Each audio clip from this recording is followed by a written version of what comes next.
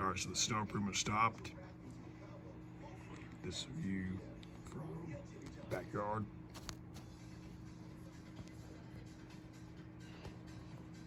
As you can see, we have several inches.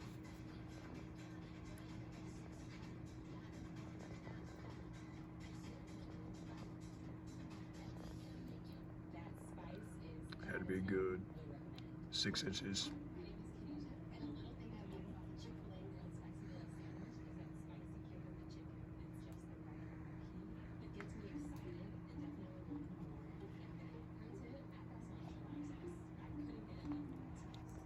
And I guess give me another update sometime during the day.